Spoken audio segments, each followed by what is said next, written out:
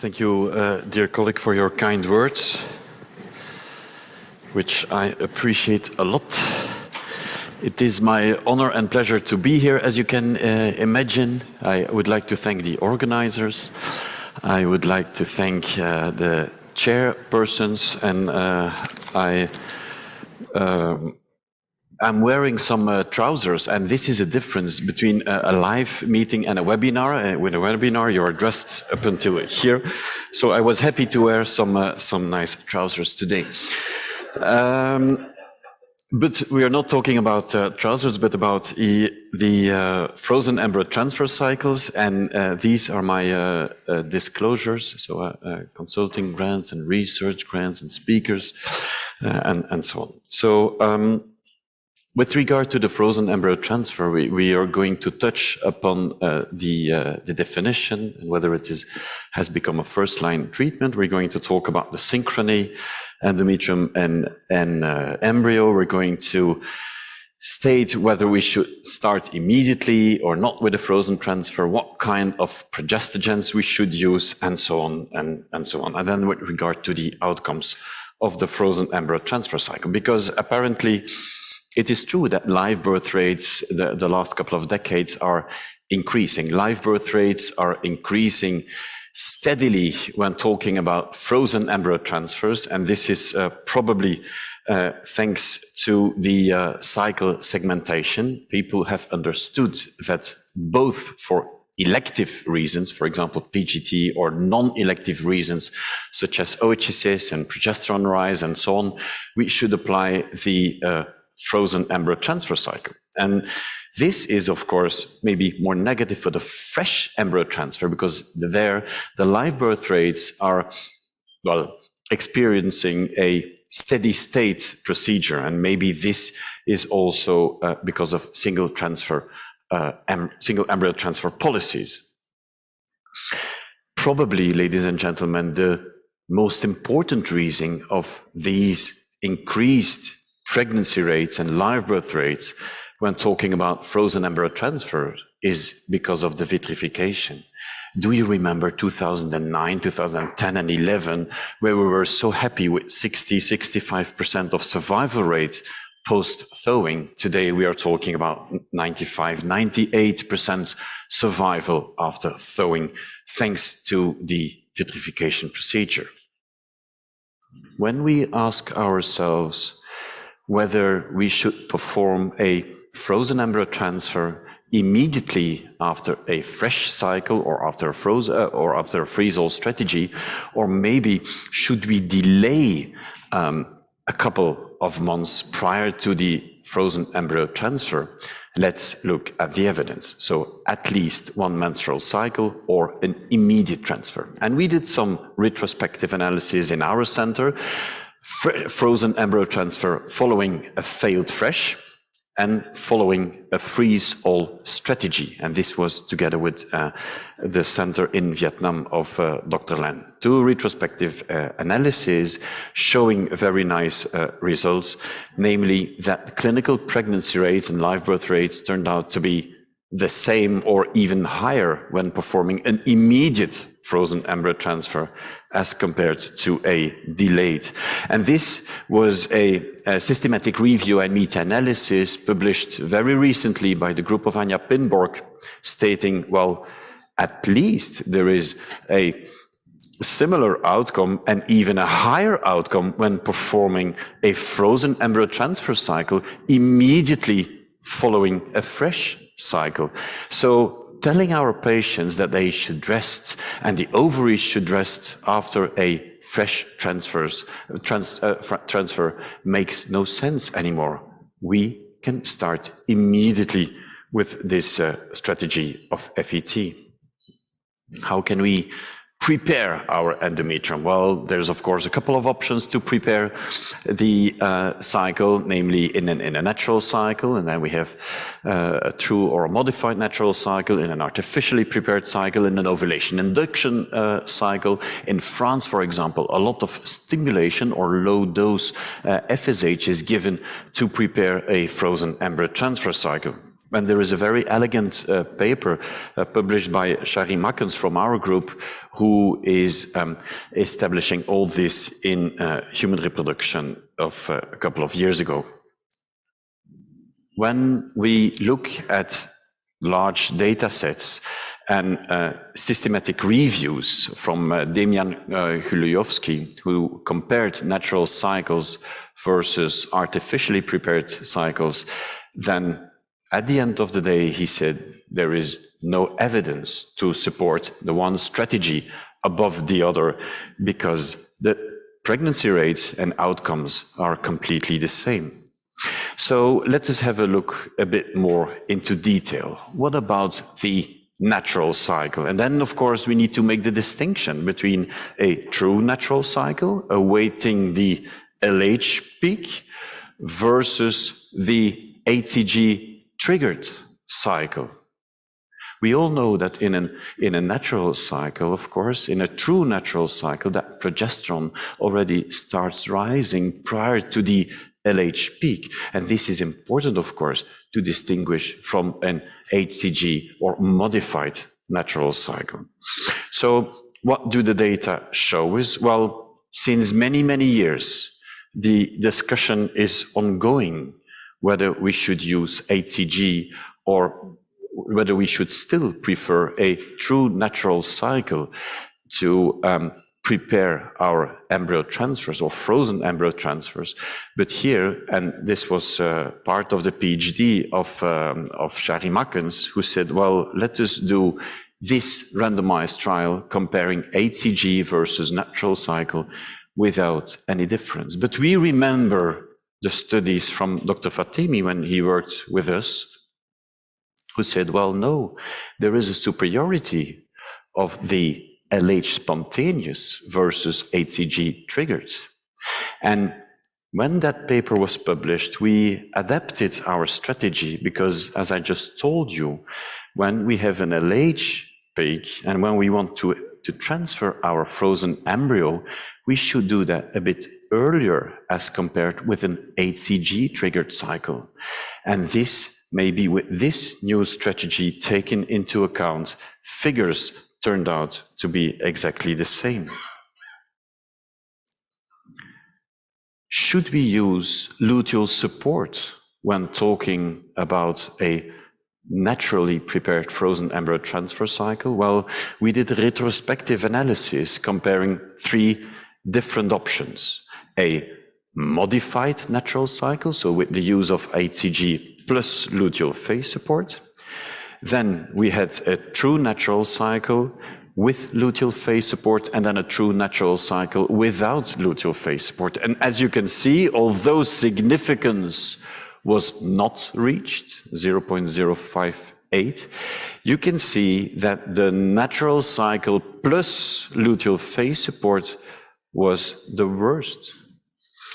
Probably because we started our, or maybe because we started our luteal phase support too early, namely the day after the LH peak. So based on this strategy back in 2016, if we provide luteal phase support, we do it from the day of embryo transfer onwards and not prior to that. But all crap, said Dr. Mizrachi, because when we are talking about a natural cycle, then we should provide luteal phase support. Should women receive luteal phase support following natural cycle frozen embryo transfer? The answer is yes, at least from the group of Weizmann, based on 6 trials, systematic review, not all randomized.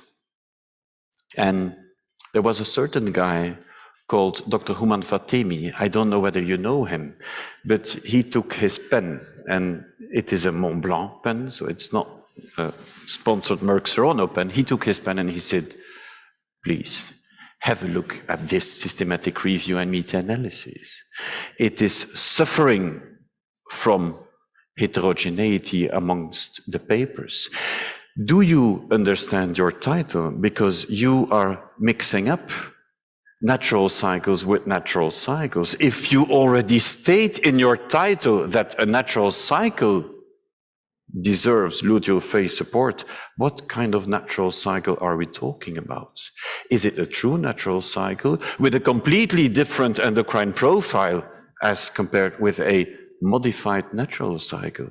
So maybe this strategy of mixing all things up is not very reliable.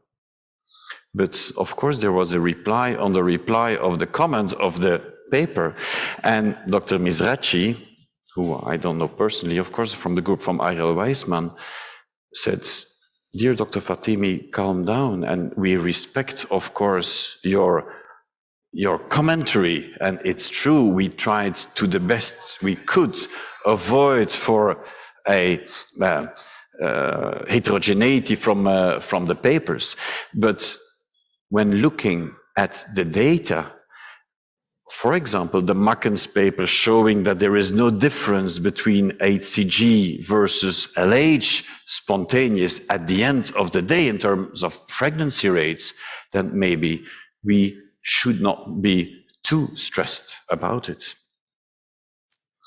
Ladies and gentlemen, should we maybe try to enhance our pregnancy rates by measuring progesterone? Is this not a better strategy instead of just blindly giving luteal phase support? And maybe the answer is yes, because from the group of Polysos, this study came out last year or 2 years ago now, showing that in patients who had a progesterone level of less than 10 nanogram per ml on the day prior to embryo transfer, then ongoing pregnancy rates, clinical pregnancy rates, and live birth rates were significantly lower. And we are going to send in an abstract this week or next week for ESHRE, showing more or less similar findings when we supplement with another route of gestagens. What is the advantage of the natural cycle? Just to close the topic about the natural cycle versus, and also modified natural cycle. Well, of course, there is no medication needed, but it is less flexible.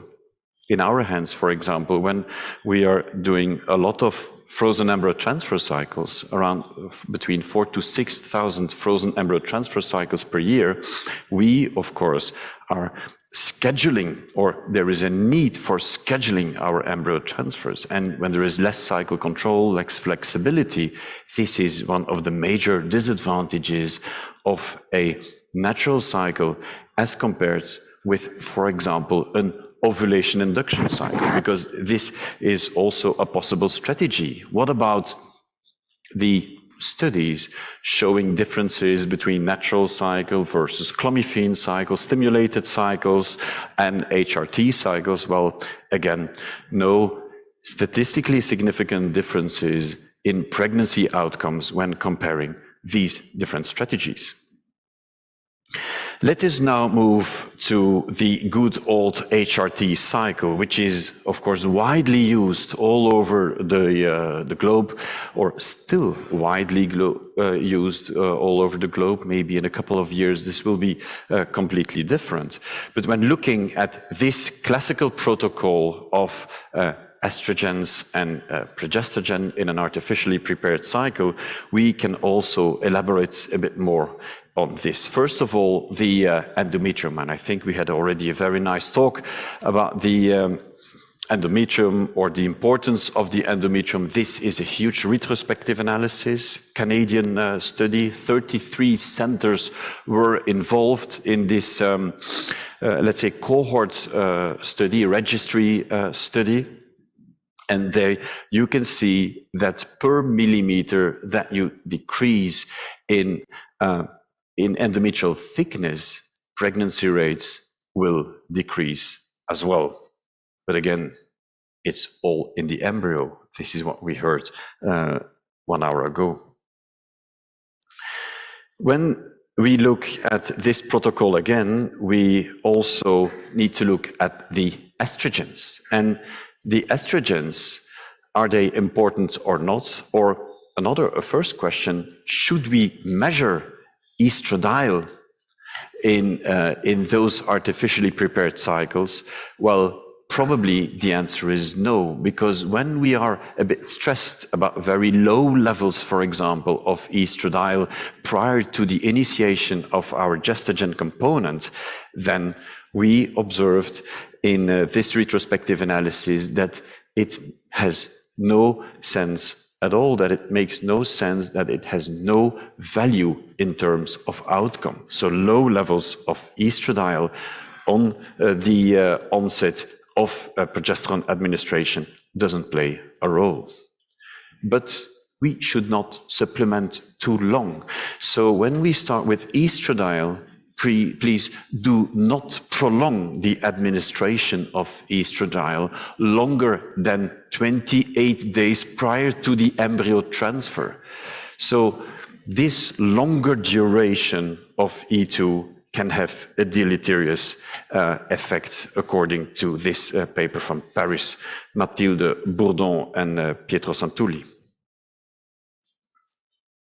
And this is maybe on the other way. Can we maybe shorten the duration of estradiol? And when Annalisa Racca was among us in Brussels, she said, well, let us do an RCT, and looking whether 1 week of E2 preparation, 1 week of E2 preparation,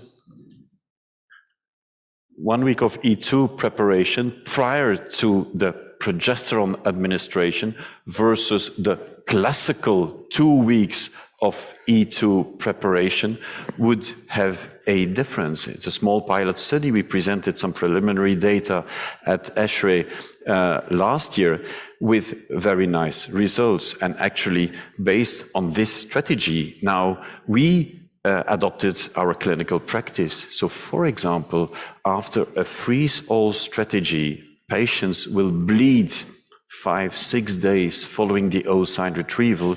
You start preparing during 1 week with estrogens prior to the embryo transfer. So the time to pregnancy with a frozen cycle or after a freeze-all cycle versus a fresh cycle shortens significantly, of course. So interesting pilot study that will be published soon. What about the next step, the progesterone? Progesterone, and I have to push here, yeah. The progesterone is, of course, of crucial importance. Progesterone plays a very important role in the transformation of the endometrium, and of course, with regard to the immunomodulation, progesterone is important, and again, very nicely published in this paper of Shari Makkens. When we look about the or look at the number of days of progesterone prior to embryo transfer, we have performed a couple of RCTs in day 3 and in day 5 frozen embryo transfer cycles to see what kind of strategy would be best. And this was a very straightforward, easy RCT, 300 patients included, 150 in the group where we performed an embryo transfer on the 3rd day of progesterone versus on the 5th day of progesterone administration. And it was striking to see that the pregnancy results were not significantly different, but at the level of the miscarriage rates, early pregnancy losses, it was significantly higher in the 3-day group of progesterone. So this is why we perform a cleavage stage embryo transfer.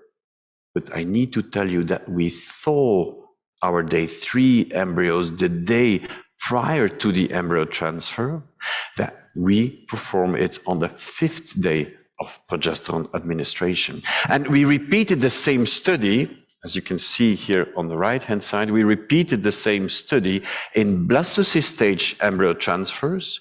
Should we transfer a blastocyst on the 5th day of progesterone or on the 7th day of progesterone, which we always did, up until then, showing no differences in terms of pregnancy rates. And this, of course, shows us that the window of implantation is, of course, probably much broader than we have always been thinking before.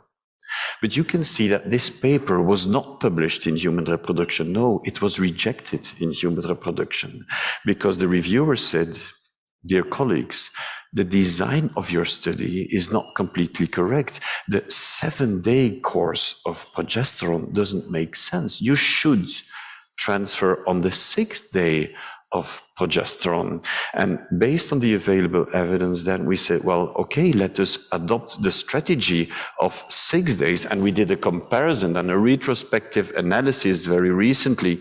Was a paper of Caroline Roelens published last year, who said, well, let us have a look at 6 days versus 7 days. And again, no difference when looking at pregnancy rates and miscarriage rates. So interesting findings that actually we have some space to play around when performing our embryo transfers. This offers also possibilities in terms of scheduling. What about the route of progesterone? And this was a survey, actually an updated survey, which was already performed in 2012 with more or less similar results, that we are still adepts of the micronized vaginal progesterone, which is prescribed in the vast majority of the cases, as compared, for example, with intramuscular, with oral, and then sometimes a combination of different routes is also used, especially in Asia. What about the progesterone supplementation studies about different routes of gestagen components? Well, there is some evidence showing that at the end of the day, no differences are observed between IM versus vaginal, IM versus vaginal gel, vaginal ring, suppositories, and so on. So at this stage, we cannot prove any superiority of one route above another. But this study from Devine, the so-called Devine paper of FNS, published last year, 2021 in FNS, showing in a cohort of RCT in 1,000 patients randomized into 3 different groups: intramuscular daily injections versus vaginal plus intramuscular injections every 3 days versus vaginal progesterone alone, showed us actually quite striking results. Namely, that, is it here? Quite striking results showing that the vaginal route only showed decreased and significantly decreased pregnancy rates as compared with the combination or with intramuscular. In Belgium, we have no intramuscular injections available. It's also very painful for the patients. But this combination strategy of performing the intramuscular every 3 days combined with vaginal progesterone, as Devine states, could be an option for our patients. Then coming to the next topic, and we are getting closer to the end, is should we measure progesterone on the day of frozen embryo transfer who is artificially prepared? And we are coming to Spain, to EV Valencia, where Elena Labarta says, of course, we need to measure progesterone on the day of embryo transfer, because if your progesterone level is less than 9.2 nanogram per ml on the day of transfer, we observe significantly lower pregnancy rates. This was in oocyte donation cycles, around 200 patients in a prospective cohort. So she said, let us maybe enlarge our study and take 1,200 patients prospectively, but not randomized, prospective cohort, 1,200 patients, not only oocyte donation cycles, but also patients with or without PGT, but in all groups, the same finding. And now she adjusted her 9.2 into 8.8 nanogram per ml. So as soon as your level of progesterone is less than 8.8 nanogram per ml on the day of embryo transfer,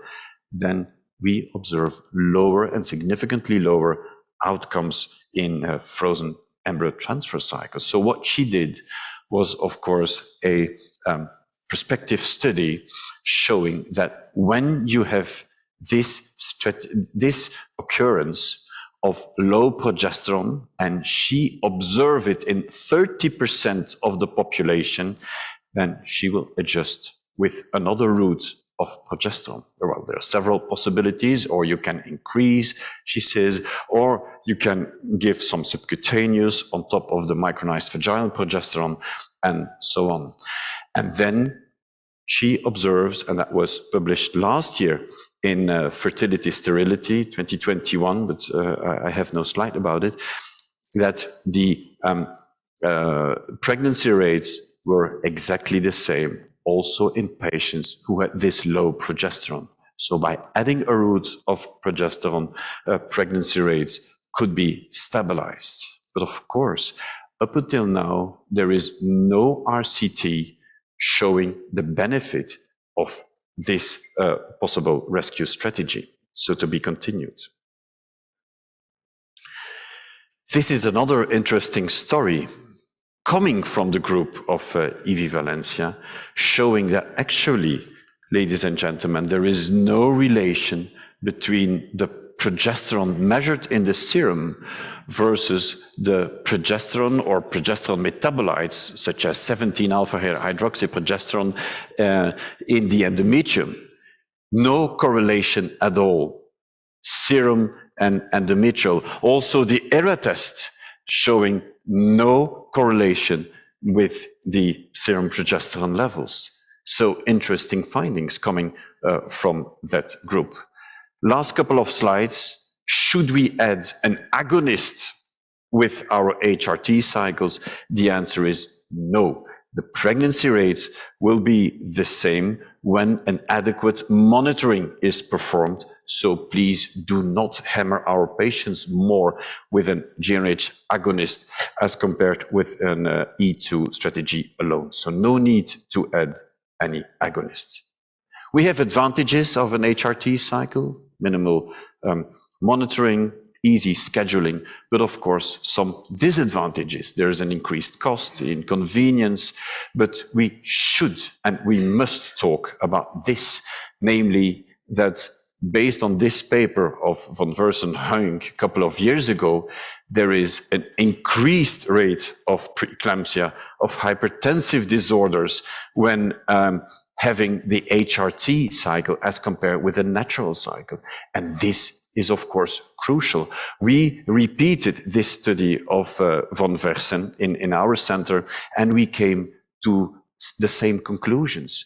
When talking about an HRT cycle versus a natural prepared frozen embryo transfer cycle, the preeclampsia rate, the gestational hypertension, and the early hemorrhage incidence will be significantly increased. And this is, of course, an extremely important message. How can we circumvent the issue of the need of relaxin? We should have the corpus luteum around, or are there other strategies to see how we can circumvent the issue? Because we cannot go beyond this. This is a study, a retrospective analysis, a cohort study based on 93,000 cycles, showing differences between natural cycle versus HRT cycles. And yes, at the level of the large for gestational age babies, macrosomia, hypertensive disorders, preeclampsia, gestational hypertension are significantly increased in an HRT cycle as compared with a natural cycle. So we need to ask ourselves questions whether we can continue with this HRT cycle. Ladies and gentlemen, we all perform frozen embryo transfer cycles, and we are happy with the results. But We don't know still what to use. And of course, I also like your opinions about how we can circumvent the issue of the obstetric outcomes when comparing HRT cycles versus natural cycles. We need an RCT looking at the progesterone levels, for example, on the day of embryo transfer. Does it really have an impact? Should we all measure progesterone on the day of frozen embryo transfer? We still need RCTs. Thank you very much.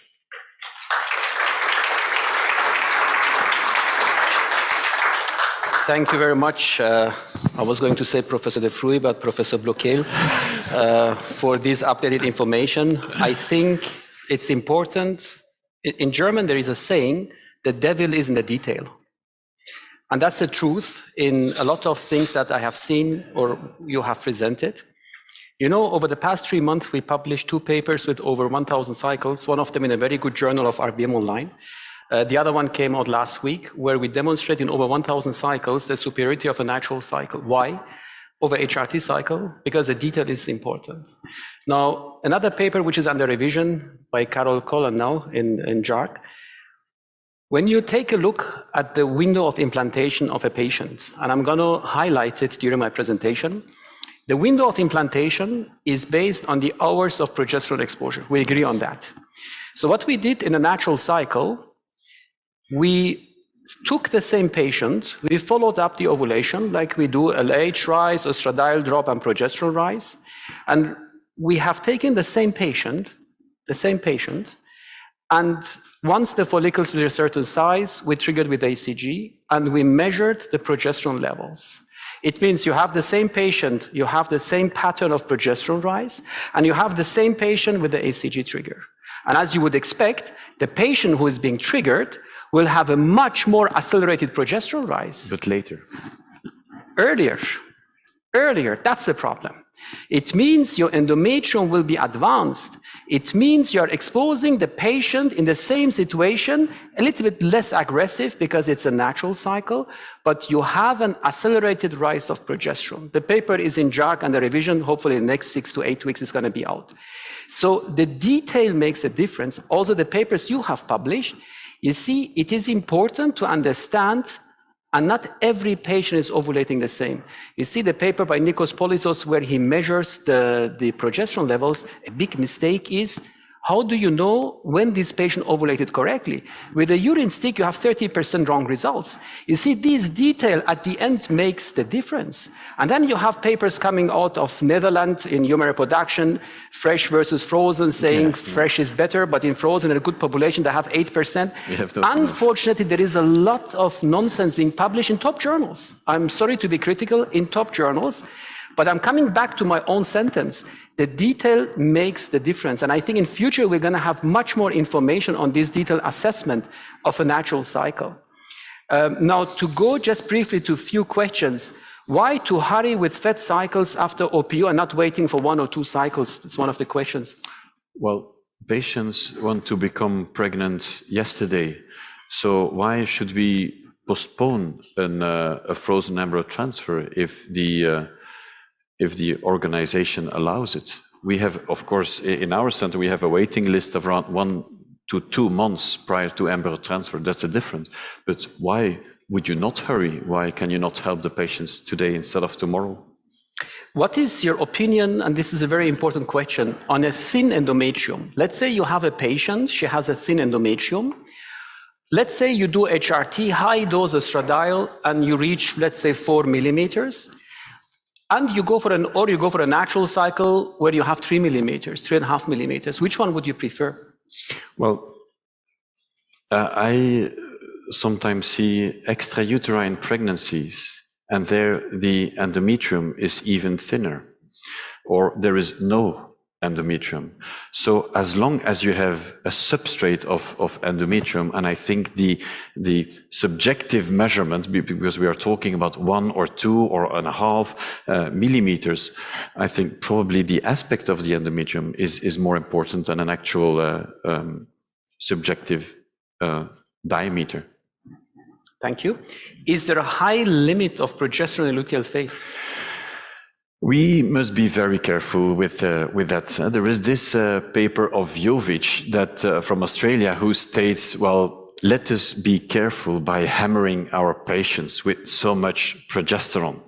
And probably, yes, there is an upper limit of progesterone. So, and this is also a message, maybe, let us not go and give 3 different routes of progesterone to all our patients, because probably there is only a minority who need it in our hands, because I told you that in Valencia, for example, they have 30% of patients with very low progesterone. We have less than 20% of patients with such a low value. So yes, hammering our patients with too much progesterone can lead to complications. You beautifully presented Anja Pingborg's paper in Human Update on FRET directly after IVF. Yes. What's the explanation?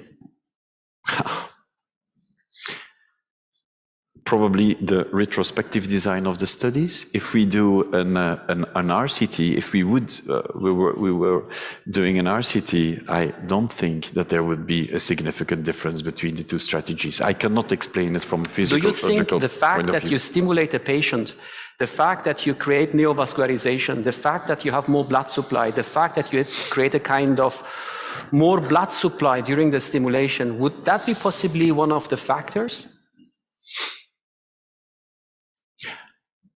I don't see a rationale why that would be. Why would the implantation be higher? Then I really doubt it. So open to be further evaluated. Thank you very much, Professor Blocher. Thank you. Thank you very much.